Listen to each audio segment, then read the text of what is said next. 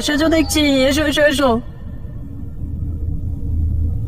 আরে সোদা, তুমি তো দিদির বাড়িতে ঘুরতে গিয়েছিলে দিন তিনেকের জন্য। তো বেশ কয়েকদিন পরেই ফিরলে, জায়গাটা খুব পছন্দ হয়েছিল মনে হচ্ছে।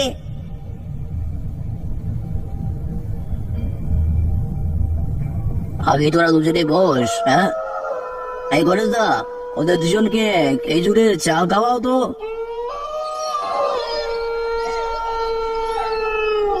হিমদা, তোমার মুখটা দেখে মনে হচ্ছে বিশেষ কিছু ঘটেছে ওখানে। ঘটেছে তো বটেই, জীবনে আরেকটি ভয়ঙ্কর অভিজ্ঞতা হলো।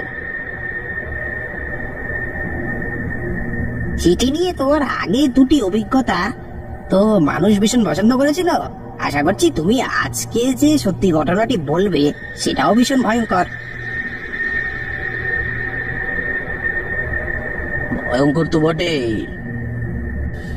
শুভ গায়ে চাদরটাকে আতশত করে নিয়ে চারিপাশে অন্ধকারে একবার দেখে বলতে শুরু করে। জামাইবাবু বদলি হয়েছিল হুতুমপুর নামে একটা গ্রামে, যেটা পুরুলিয়াতে। বুঝলে শুভ, এবার খুব ভালো জায়গাতে এসেছি। কি সুন্দর গ্রাম। তুমি পোস্ট অফিস থেকে ছুটি নিয়ে কয়েকদিনের জন্য ঘুরে যাও এখান থেকে, দেখবে খুব ভালো লাগবে। ঠিক আছে, আর জামাইবাবু যখন বলছে তখন কাজের থেকে বিরতি দরকার, আর মাথাটা কাজ করছে না, তাই সামনের মাসেই আসছি বলে একটা চিঠি লিখে দিলাম। আর ভাগ্নে বাবাজি কেমন আছেন? তোমার ভাগ্নে তো মামান্ত প্রাণ। সামনের মাসেই ছুটি নিয়ে চলে এসো। তুমি এলে তোমার ভাগ্নের সন্তু দারুণ খুশি হবে। সেই মতো পরের মাসেই ছুটি নিয়ে রওনা দিলাম পুরুলিয়ার হুতুমপুরের দিকে। হুতুমপুর স্টেশন যখন পৌঁছালাম, ছোট্ট স্টেশন থেকে বেরিয়ে বাইরের দিকে এগিয়ে গেলাম। এখানেই গ্রামের ছাপ স্পষ্ট, কারণ এখানে এখনো গরুর গাড়ি জন রয়েছে। দাদা, শৈল ভট্টাচার্যর বাড়ি যাবেন নাকি? गरीब लोगों में ये 5 चीजें कॉमन होती हैं। नंबर 1, सुबह लेट से उठो। नंबर 2, पूरा दिन। অবশ্যই যাবো দাদা, উঠে আসুন। তবে মিনিট 10 বসতে হবে। শেষ বাসটা এলে নিশ্চয়ই কজন যাত্রী পাবো। ঠিক আছে, তাতে কোনো অসুবিধা নেই। দাদা, এখানে আপনাকে একটু নতুন মনে হচ্ছে। শৈল ভট্টাচার্য আমার জামাইবাবু। ও আচ্ছা আচ্ছা, উনি খুব ভালো মানুষ। পরিচয় আছে বলে হচ্ছে। আসলে উত্তমপুর ছোট্ট গ্রাম তো, এখানে খুব অল্প দিনেই সবার সাথে সবার পরিচয় হয়ে যায়। আপনি একাই এসেছেন মনে হচ্ছে, সঙ্গে কোনো ছোট ছেলে মেয়ে নেই।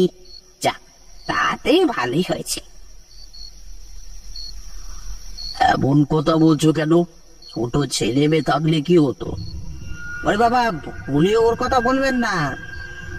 উত্তমপুরের রাতে 12 বছর বা তার নিচের ছেলে মেয়েদের রাতে ভীষণ নিয়ম মেনে বেরোতে হয়, নইলে নইলে কি? গরুর গাড়ি জানো আরো কিছু বলতে যাচ্ছিল, ঠিক এমন সময় একটা বাস এসে দাঁড়ালো। তার থেকে নেবে 3 জন তাড়াতাড়ি গরুর গাড়িতে এসে বসলো, যার মধ্যে একটি মধ্যবয়সী লোক, একটি মহিলা আর একটি বছর 8-10 ছেলে।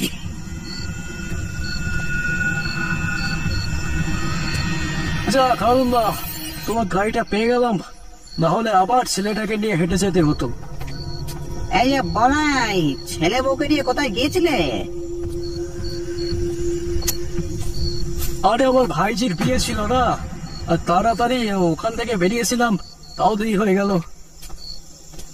চালকটি বাচ্চাটিকে কিছু সময় দেখে বলল, অসুবিধা নেই, ওকে তো তেল কালিয়া কালোটি পরিয়ে দিয়েছ। তো গাড়ি যখন চলতে শুরু করবে শুধু ওকে ধরে রেখো, সে কিন্তু আসবে।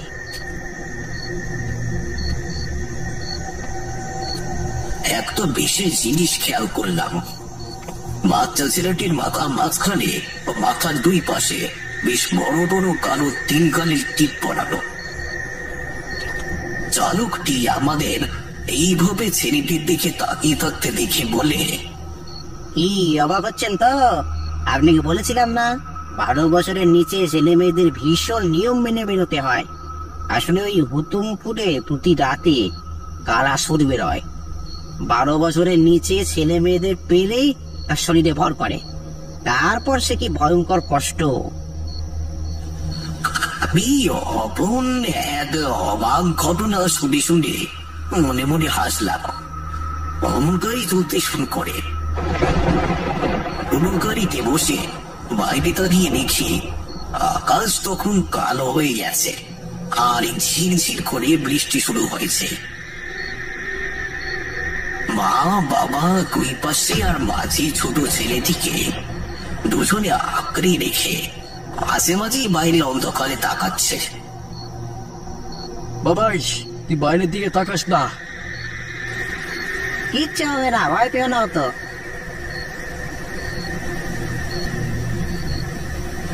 গাড়িটা আরো কিছুটা এগোতেই বাইরে দেখলাম বেশ জোরে বৃষ্টি শুরু হয়েছে।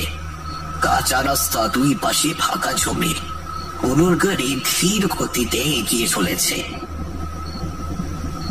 হঠাৎ যেন মনে হলো একটা ঘন কালো ছায়া ঘন অন্ধকারের ভিতর থেকে বেরিয়ে আসছে। চেহারাটা পরিষ্কার দেখা না গেলেও ঘোড়ার আওয়াজটা শোনা যেতে লাগলো। ছায়াটা ঘোড়ার গাড়ির পেছনে পেছনে আসছে, কিন্তু যেন একেবারে কাছে আসতে পারছে না। আচ্ছা, ওই কালো ছায়াটা কি? এই চুপ করে থাকুন, ওইটাই তো কালাসুর। বলেছিলাম না ও প্রতি রাতে বেরোয়। ও গাড়িতে থাকা বাচ্চাটির উপস্থিতি বুঝতে পেরেছে, কিন্তু কাছে আসতে পারছে না। কিছু সময় এমন হওয়ার পর হঠাৎ করে আবার কালো ছায়াটি অন্ধকারে মিলিয়ে গেল। আবার নামার কিছু সময় আগে লোকটি তার ছেলে ও বউকে নিয়ে নেমে গেলেন। কি এবার বিশ্বাস হলো তো? কালো ছায়া ছাড়া তো কিছু দেখতে পেলাম না।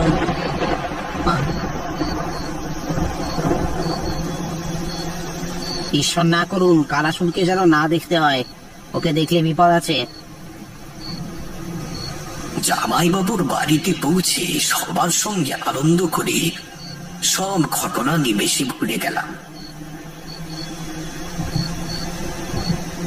দিদি, জামাইবাবু আর বিশেষত ভাগ্নিকে দেখে মনটা আনন্দে ভরে গেল। অনুর গাড়িতে দেখা ঘটনাটা আর কাউকে জানালাম না। এই আনন্দ ঘন মুহূর্ত অমন একটা কালো ছায়ার ঘটনা বলার দরকার আছে বলে তো মনে হয় না। মামা জানো তো হুতুমপুরে মেলা শুরু হয়েছে, বাবা আমাকে নিয়ে যাবে বলেছে। কি জামাই বাবু, আপনি ওকে নিয়ে যাচ্ছেন না কেন? আরে বলো না, এখানে আসার পরে একটা কথা শুনেছি যে রাতে নাকি কালাসুর নামে এক অপ্রতিভতা বেরোয়, 12 বছর অব্দি ছেলে মেয়েদের ক্ষতি করে। জামাই বাবু, আপনি যে কথাটা একেবারে ভুল বলেছেন তা ঠিক নয়। আমি এখানে আসার সময় দেখলাম বটে, তবে আপনি কি সত্যি এইসব বিশ্বাস করেন? আমি তো কেবল একটা ছায়া দেখলাম, ওটা কালাসুর না কি তা বুঝতে পারলাম না। তবে সবাই তো বলে আমাকে কালকে বেড়াতে নিয়ে যাবে, চলো না। তাহলে দিনের বেলাতেই দেখে আয়। দিনের বেলাতে মেলা দেখতে কে যায়? মামা আমাকে রাতে নিয়ে যাবে। কিন্তু কোনো চিন্তা করবেন না, আপনি তো কাজের জন্য যেতে পারছেন না, আমি ভাগ্নেকে ঘুরিয়ে আনবো। ভাগ্নে দৌড়ে এসে আমাকে জড়িয়ে ধরে। পরদিন সন্ধ্যের দিকে ভাগ্নেকে নিয়ে রওনা দিলাম মেলা দেখতে। সেদিনটাও আকাশটা বেশ মেঘলা ছিল, মাঝে মাঝে হাওয়া বইছিল।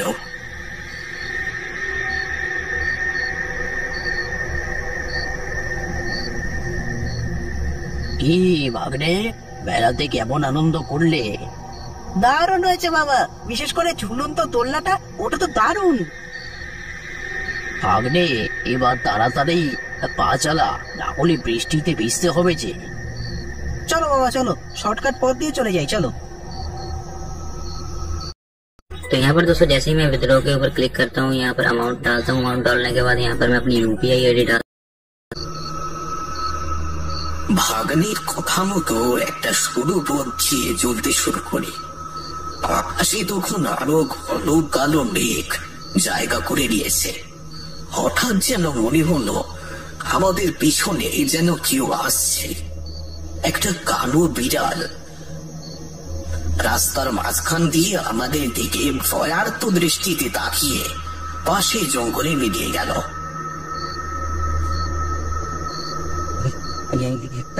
এই বিড়ালটা মনে হলো কিছু একটা দেখে অমন ভয় পেয়ে পালালো। আমরাও যতই এগোচ্ছি ততই কালো ছায়াটি আমাদের কাছে এগিয়ে আসছে। বাড়ির কাছাকাছি আসতেই পেছনে কেউ আসছে মনে হচ্ছে যেন, তবে কাউকে তো দেখতে পাচ্ছি না। কিছু সময় বলতেই ঘন কালো ছায়া এক ভয়ঙ্কর রূপ নিল। কালো চেহারা, টিকলো দাঁত, ঝাঁকা লম্বা চুল, হাতে লম্বা পাকানো মুখ। মামা ওটা কি?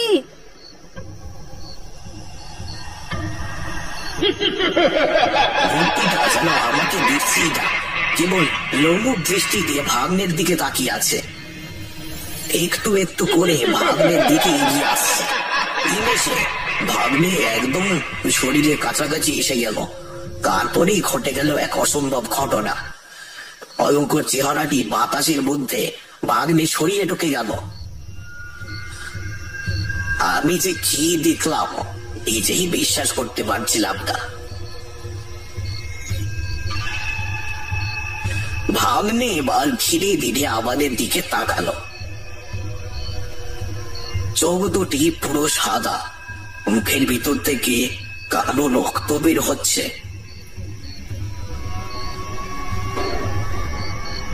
মামা বাড়িতে যাবে না? এই বলে সে একটা হাত আমার হাতে ধরলো। আমার শরীরটা কেঁপে উঠলো। জীবন্ত মানুষের হাত এত ঠান্ডা। ওরে তোর কি হয়েছে রে? আমার কিছু হয়নি তো, তুমি বাড়িতে যাও, আমি একটু শ্মশান থেকে আসছি। এই বলে ভাগ্নে হাওয়াতে ভেসে বেরিয়ে গেল। ওরে যাস না, যাস না,